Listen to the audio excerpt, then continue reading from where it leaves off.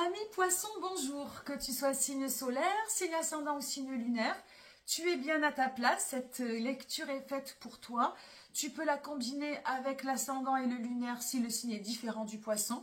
Tu obtiendras ainsi une vision plus large et plus riche pour naviguer tes énergies de février. Je vais me présenter rapidement. Je m'appelle Delphine. J'ai connu le tarot comme par enchantement pendant le confinement. Ça a été un véritable coup de foudre. Je me suis beaucoup formée, j'ai beaucoup lu. Je m'intéresse également à l'astrologie car je trouve que les deux se combinent, enfin fusionnent intimement bien. Je parle de l'astrologie et du tarot. Voilà, je me suis entraînée avec des gens que je ne connaissais pas. Ça a été très intense, très révélateur. Depuis, je ne cesse de partager ma passion. Donc là, depuis 1 an et demi, je suis sur les réseaux. Donc, c'est pas facile. C'est un petit peu... comment dirais-je, voilà, ça manque encore un peu d'interaction. C'est pour ça que si tu as besoin de me laisser un petit commentaire, de liker, de laisser un commentaire, de me faire voir que tu as bien réceptionné la guidance, ça me fera un plaisir fou. Voilà, ça m'encourage à continuer. Et puis rien qu'un petit mot, ça fait ma journée. Je suis d'une gratitude infinie. Donc n'hésite pas à participer à ta manière. À la fin de cette vidéo, évidemment, comme tu le sens, je ne force à rien. Chaque semaine, il y a une guidance générale sur YouTube et également par écrit. Je fais aussi de l'écrit pour celles et ceux qui n'aiment pas trop les vidéos. J'écris sur Facebook et Instagram. Tu as tous mes coordonnées dans le descriptif. Alors voilà, on va pouvoir presque partir sur la guidance.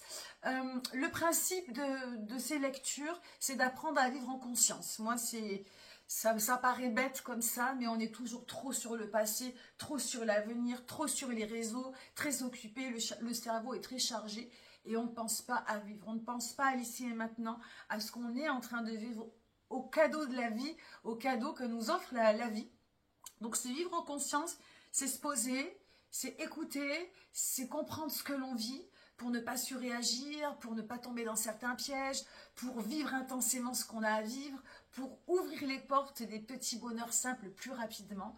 Et rien que l'ici et maintenant déjà, si j'arrive à te faire passer certains messages, eh bien ça sera déjà tout gagné pour moi et j'espère que tu te rendras compte que en vivant comme ça, la vie est beaucoup plus agréable et beaucoup plus légère. Ça va être donc évidemment très général, chaque poisson va vivre des choses différentes. Je te propose un plan d'énergie, elles te parleront ou pas. Tu prends ce que tu as envie de prendre, tu laisses le reste. N'hésite pas à réécouter une seconde fois en cours de mois. Peut-être que d'autres choses seront arrivées dans ta vie et que tu pourras donc davantage illustrer ça avec ce que tu vas entendre aujourd'hui. C'est parti. La guidance a été tirée avec l'Astral Tarot. Voilà. C'est un jeu un peu fantasmagorique, ça n'a pas été évident, mais voilà, j'ai sorti l'interprétation, donc on va pouvoir commencer tout de suite. Alors d'ailleurs, j'ai pas mis l'ordre 8 d'épée, 6 de coupe et 3 de coupe. Alors, on va commencer tout de suite par le thème. Quel est le thème de ta guidance, la ligne directive, un peu le but de ton mois de février? C'est le roi de Pentacle. Le roi de Pentacle, donc le Pentacle, c'est la matière, c'est les données dans le tarot de Marseille. La matière, c'est quoi? C'est ce qui est palpable dans la vie, un travail, de l'argent, tout ce qui est concret, ton foyer, mais en mode concret. Activité, bien-être, sport, vraiment ce qui descend dans la matière, ce qui descend sur terre. Si pour moi, c'est un thème de ta guidance, et d'ailleurs, après, dans les cartes... on n'a que du mental et de l'émotion. Ça veut dire qu'il va te manquer de la matière pour ce mois de février. Alors en plus, oui, en fin de mois, on sera dans ton signe du poisson. Hein, le poisson, c'est un signe spirituel. Les énergies, il n'y a que les poissons qui peuvent vivre dans des énergies poissons. Elles ne sont pas toujours... c'est très flottant, sans frontières. C'est l'amour inconditionnel. C'est l'empathie, la compassion. C'est beaucoup de choses qui sont un peu... voilà... très dans les émotions, mais très aussi, voilà, très dans la spiritualité, dans le spirituel, dans les trucs très sans frontières, évasifs. Enfin, c'est un très beau signe, mais pas facile à naviguer. Sauf pour toi, parce que tu es, voilà. Donc, ça va te demander, par contre, de garder les deux pieds sur terre. ça va te demander d'aller puiser de la matière, ça va te demander de mettre un peu de corps, un peu de concret, un peu d'ancrage. Alors l'ancrage, c'est plus le bâton, mais là, un peu plus de corps et de matière. Et peut-être de te fixer un objectif. Alors déjà, dès que tu entends cette lecture, si ça te parle, essaie déjà d'observer juste si voilà, il te faudrait pas, comme une carotte au bout du bâton, comme une bouée de sauvetage, mais sur la terre, qui vienne amarrer ton bateau quand tu en as besoin. Je pense que ça va être le thème. Donc, à toi d'adapter, hein, en illustrant dans ta vie ce qui correspondrait à ce que je dis, ou pas. Le début de mois, c'est le 8 d'épée. L'épée, c'est le mental, c'est nos pensées. Le 8 d'épée, c'est d'arriver à un moment de sa vie où nos pensées se traversent, on ne s'y attache pas, c'est fluide, on est tel un Bouddha, comme voilà, on fait le lotus, on flotte, notre mental est, voilà, est complètement fluide, sans attache, et ça c'est de la bombe. C'est quand je me lève le matin et que je pense à rien, c'est pas ne penser à rien, mais c'est que tes pensées, toi, elles sont, voilà, c'est même pas qu'elles sont positives, c'est qu'elles flottent en fait. Mais voilà, ça c'est dans l'aspect positif. L'aspect négatif, c'est que tu peux bloquer et tu es complètement cerné. Et je pense qu'on va plutôt être dans ce cas de figure, peut-être pour beaucoup d'entre vous, dans un cas où les pensées sont bloquées, cernées. Il se reproduit toujours la même chose et dans ton cerveau, c'est toujours la même chose. C'est un petit peu comme des boucles, alors où qui se forment, tu vois, je te remonte la carte, c'est un oiseau qui est encerclé par les épées.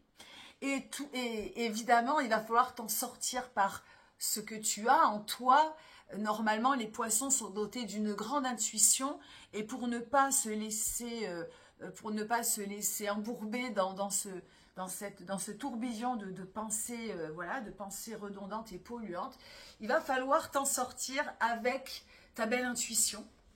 Hein, pour pouvoir retrouver un petit peu de liberté de pensée. Tu vois, voilà, ne pas oublier dans tout ce que je vais raconter que le fait d'avoir un pied sur terre, le fait d'avoir un objectif palpable va également t'aider à te sortir un petit peu d'un certain rouage.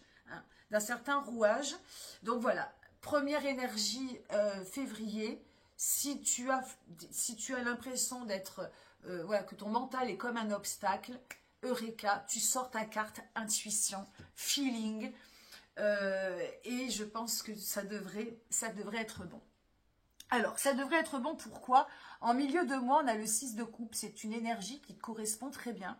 Le 6 de coupe, eh bien, c'est comment dirais-je, c'est la rencontre avec l'autre, c'est qu'on a suffisamment d'amour en soi, on a suffisamment d'équilibre, d'amour, d'estime, de confiance en soi pour pouvoir engager le dialogue et la relation avec l'autre. Le 6 de coupe dans le tarot de Marseille, c'est clairement la rencontre de l'âme sœur.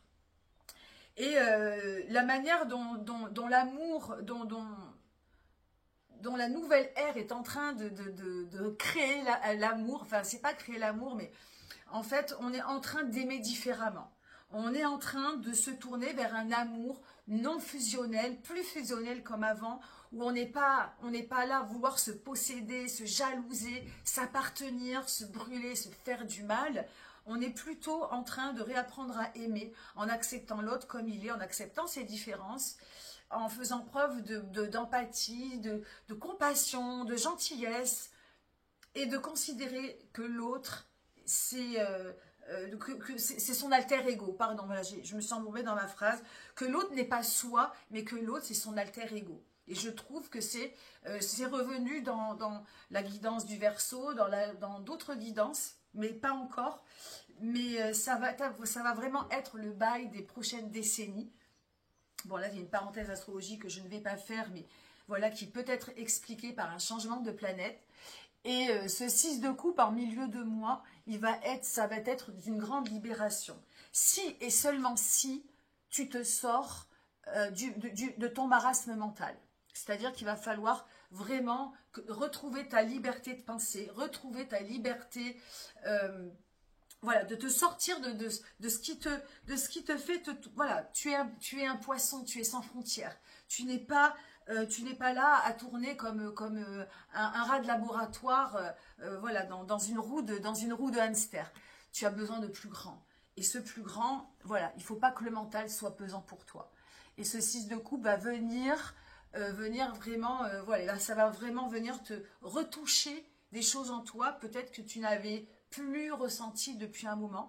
C'est cette compassion envers les gens, cet altruisme, cette empathie, cette gentillesse, cette générosité, et du coup de pouvoir accueillir l'autre comme ton alter ego.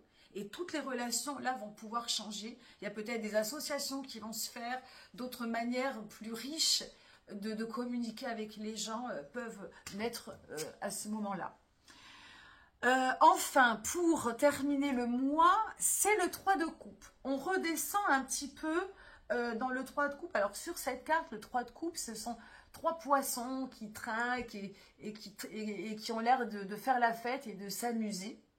Donc ça, c'est super ok, c'est une énergie qui est plutôt légère et fluide. Toutefois, moi, je pense toujours à ce roi de Pentacle qui t'invite à garder les pieds sur terre, qui t'invite à garder, à te fixer peut-être un objectif. Pour moi, ce 3 de coupe, il peut te perdre dans des énergies très flottantes, dans des petits paradis peut-être artificiels, à vouloir peut-être fuir une certaine réalité.